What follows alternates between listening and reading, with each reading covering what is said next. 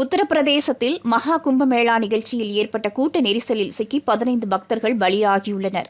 இன்று மௌனி அமாவாசை என்பதால் பக்தர்கள் அதிக அளவில் வந்திருக்கின்றனர். இதுவே நெரிசலுக்கு காரணமாக சொல்லப்படுகிறது.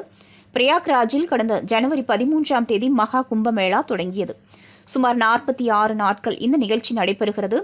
ஜனவரி 13 தொடங்கி நேற்று வரை 16 நாட்களில் 15 கோடிக்கும் அதிகமான பக்தர்கள் புனித நீராடியுள்ளனர். குறிப்பாக இன்று மௌனி அமாவாசை என்பதால் கடந்த ஞாயிற்றுக்கிழமை முதல் பக்தர்களின் வருகை அதிகரித்திருக்கிறது. இந்த 46 நாட்களில் குறிப்பிட்ட 6 நாட்களில் நீராடினால் அது சிறப்பு மிக்கதாக சொல்லப்படுகிறது. எனவேதான் இன்று அதிக அளவில் பக்தர்கள் குவிந்திருக்கின்றனர். இந்த நெரிசலில் சிக்கி 15 பேர் வரை உயிரிழந்திருக்கலாம் என்று முதற்கட்ட தகவல்கள் வெளியாகியுள்ளன. கூட்ட நெரிசல் ஏற்படும் என்பதை உணர்ந்திருந்த உத்தரப்பிரதேச அரசு முன்னெச்சரிக்கை ஏற்பாடுகளை செய்திருந்ததாக கூறியுள்ளது.